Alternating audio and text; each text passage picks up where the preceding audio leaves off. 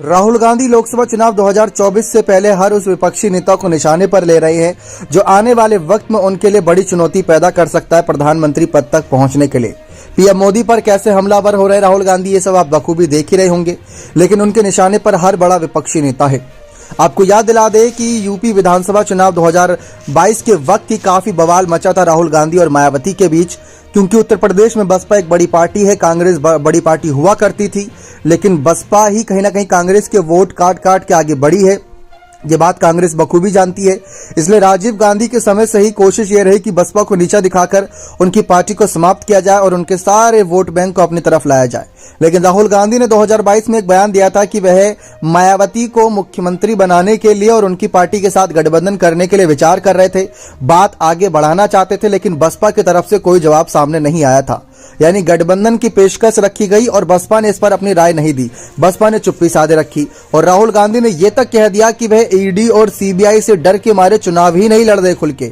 हकीकत में देखा जाए तो बसपा सिर्फ 1-2 सीटों पर ही सिमट कर रह गई थी। इसको कई लोगों ने यकीन नहीं मान लिया, लेकिन मायावती ने साफ कहा कि यह सरासर झूठ बोला था राहुल गांधी ने, ऐसा कुछ भी नहीं था। ना ही उन्होंने कोई पेशकश दी, ना ही उन्होंने कोई मुख्यमंत्री बनाने की बात कही। अगर ऐसा कहा होता तो मायावती इस पर कोई ना कोई अपनी बात रखती, किसी की बात को टालते नहीं। उन्होंने कहा कि कांग्रेस हमेशा से ही दूसरी पार्टी को नीचा दिखाकर अपनी पार्टी को ऊंचा उठाकर जनता के बीच अपना वोट बैंक बनाए रखना चाहती है, और ये इनके समय से ही नहीं बल्कि राजीव गांधी के समय से चला आ रहा था। जब राजीव गांधी ने कांशीराम को कुछ बड़े शब्द कहे थे और उनको नीचा दिखाने की कोशिश की थी, लेकिन दलित वोटर्स, अल्पसंख्यक वोटर्स ने हमेशा ही बसपा का बखूबी साथ दिया है। तो ये बात साफ है कि मायावती इसी वजह से कांग्रेस से नाराज चली आई है काफी लंबे वक्त से, क्योंकि वह जानती हैं कि धीरे धीरे कांग्रेस का जनाधार उत्तर प्रदेश में खिसकता चला गया।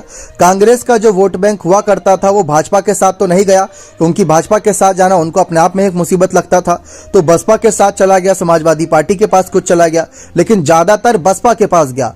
और मायावती अब ये बिल्कुल नहीं चाहेंगे कि एक बार फिर से कांग्रेस के साथ गठबंधन करके उन्हें उत्तर प्रदेश में एंट्री का मौका दिया जाए। तो ये बात जानते हुए मायावती ने साफ तौर पर गठबंधन से इनकार कर दिया था।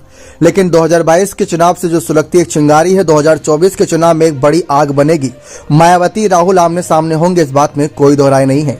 बने रहे चैनल के साथ। बहुत बहुत धन्यवाद।